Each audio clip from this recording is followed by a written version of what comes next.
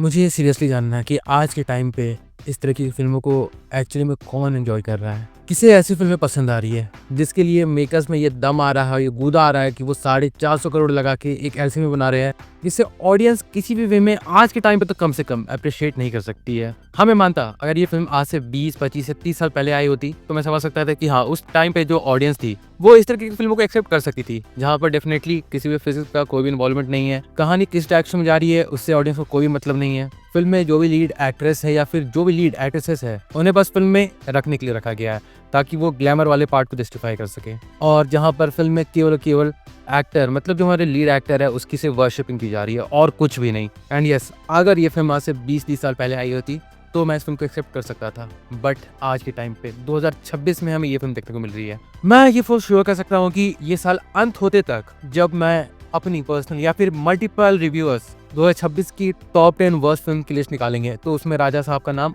होगा ही होगा। ये फिल्म वाहियत की हद को इतनी ज्यादा पार कर चुकी है कि इस टाइम पे मुझे ये लग रहा है कि शायद ऐसा हो भी सकता है, इस चीज के बहुत हाई चांसेस है कि 2026 में इससे बुरी और भद्दी फिल्म ना आए। एंड मैं ये बात इसलिए कह रहा हूँ क्योंकि आई एम रियली डिसअपॉइंटेड। जहाँ पर भले इसका टीजर और ट्रेलर बहुत ही ज़्यादा अच्छा नहीं था, लेकिन उसके बावजूद भी मैंने होप रखा था।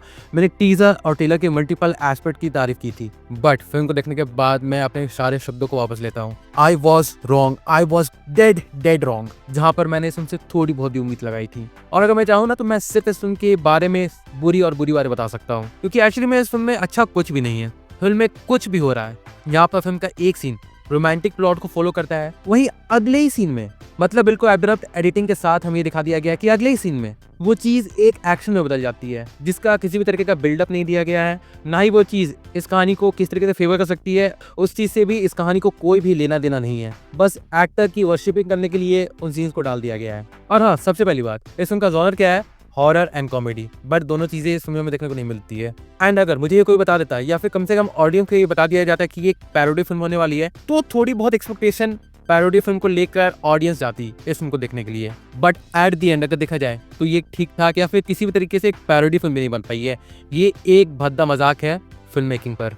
और अब तो मैं ये समझ चुका हूँ कि जब भी कोई फिल्म मेकर सामने आके कह रहा है कि अगर ऑडियंस को मेरी फिल्म से शिकायत है या फिर ऑडियंस को मेरी फिल्म पसंद ना आए या फिर 1% भी वो अनसेटिस्फाइड फील करे, देन डायरेक्टर का घर खुला है, आप चल जाइए, आपको रिफंड मिल जाएगा। आगे से मैं अगर ऐसा कोई भी क्लेम सुनूंगा मैं समझ जाऊंगा कि फिल्म बहुत बुरी बनी है। और इस फिल्म के बाद तो मुझे लगता है कि अगर गलती से मैं कह रहा हूँ गलती से स्पिरिट उस तरीके की नहीं निकल पाई जिस तरीके की संदीप रेड्डी वांगा की पिछली फिल्मों ने किया है काम, तो उसके बाद इतिहास के पन्नों में मतलब इंडियन सिनेमा के इतिहास के पन्नों में प्रभास का नाम कुछ ऐसे एक्टर्स में यहाँ पे शायद एक लौते ऐसे एक्टर में आ जाएगा जिन्होंने अपनी पीक में इतनी वाहियात फिल्में डिलीवर की है जो कि फ्यूचर में भी किसी एक्टर के लिए रीच करना इम्पॉसिबल होगा।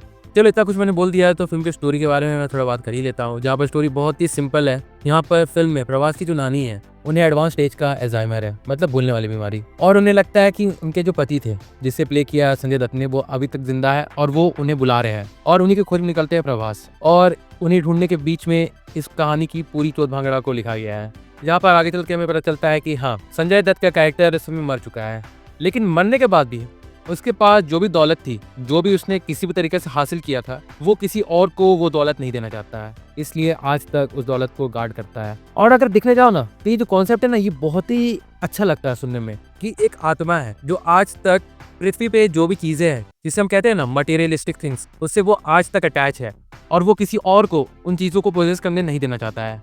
अब ऐसा क्यों है, इस चीज के पीछे का कारण क्या है, एक्सेट्रा एक्सेट्रा, ये सारी चीजें सोचने बहुत अच्छी लगती है, लेकिन फिल्म में इन सारी चीजों पे फोकस बहुत ही मिनिमम किया गया है। एंड जो मेजर फोकस किया गया है वो अगेन से है सबसे पहले प्रभास की वर्शिपिंग के पीछे फिल्म में बिन मतलब का कॉमेडी डालना, फिल्म में बिन मतलब का हॉरर डालना, जो कि फिल्म में किसी तरीके से भी कंट्रीब्यूट नहीं करता है।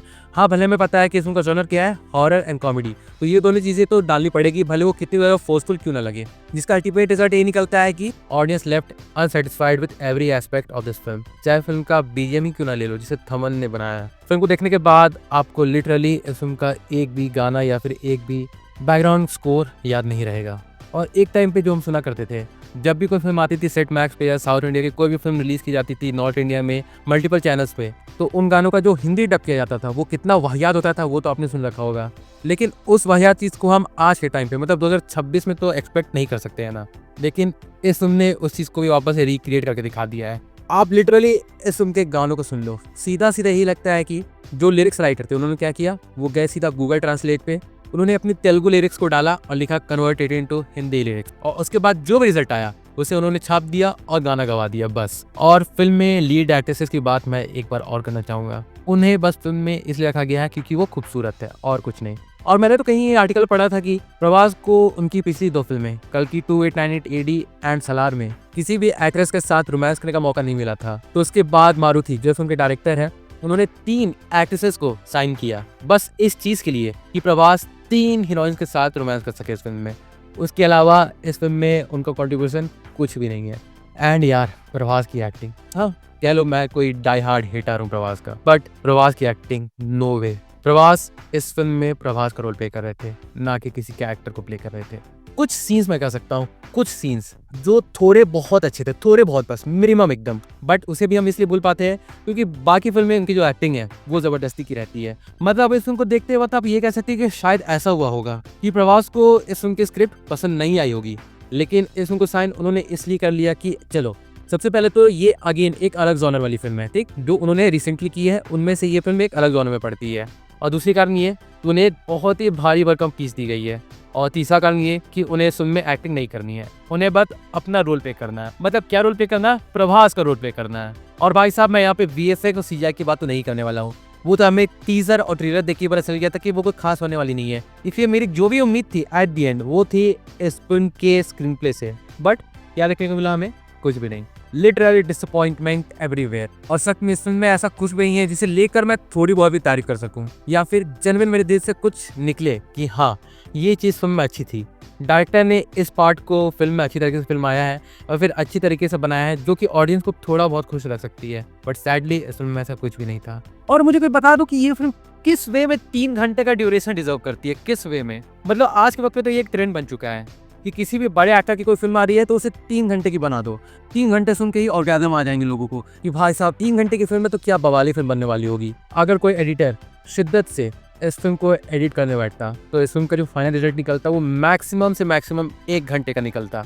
उसके अलावा बाकी 2 घंटे में जो भी चोट-भांगड़ा किया गया है इस फिल्म में वो बेमतलब का है, और वो अगेन किसी वे में इस फिल्म में कंट्रीब्यूट नहीं करता है। इसलिए अगर उन्हें हटा भी दिया जाता तो भी कोई फर्क नहीं पड़ने वाला था। और फिल्म ऐसी भी नहीं बनाई है कि फिल्म इतनी ज्यादा वाहियात है कि हम उस पर हंस सके, नहीं, ये फिल्म एट दी एंड हमें गुस्सा और फ्रस्ट्रेशन से भर देती है और कुछ भी नहीं। एंड यस डेफिनेटली मैं ये कहना चाहूंगा एट दी एंड फिर से 2026 की मेरी वर्स्ट फिल्म्स की लिस्ट में इस फिल्म ने अपना नाम तो दर्ज करवा लिया है। एंड मुझे लगता है कि मल्टीपल रिव्यूअर्स के या फिर मल्टीपल फिल्म देखने वाले ऑडियंस की लिस्ट में भी ये फिल्म डेफिनेटली से आगे होगी वर्स्ट फिल्म की लिस्ट में। इस लेवल की वाहियात फिल्म मारुति ने बनाई है प्रभास के साथ। अब जिन्हें ये फिल्म ठीक ठाक लग रही है ना, तो उन्हें मैं कुछ नहीं कह सकता, वो उनका अपना ओपिनियन है। तो डेफिनेटली उन्हें फिल्म पसंद आई है, फिर थोड़ी ठीक ठाक लगी है, तो वो अपना ओपिनियन अपने साथ रख सकते हैं, कोई बात नहीं है।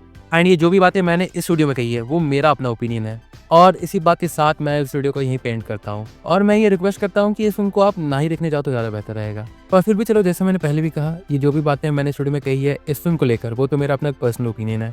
अगर इस फिल्म को आपने देख लिया है एंड आपका ओपिनियन कुछ डिफर है, या फिर आपका ओपिनियन मेरे से काफ़ी ज़्यादा ही डिफर है, तो आप अपने ओपिनियन को कमेंट सेक्शन में लिखकर जरूर बता सकते हो। मैं डेफिनेटली से जानना चाहूँगा कि इस फिल्म को लेकर आपके व्यूज़ किस तरीके के हैं।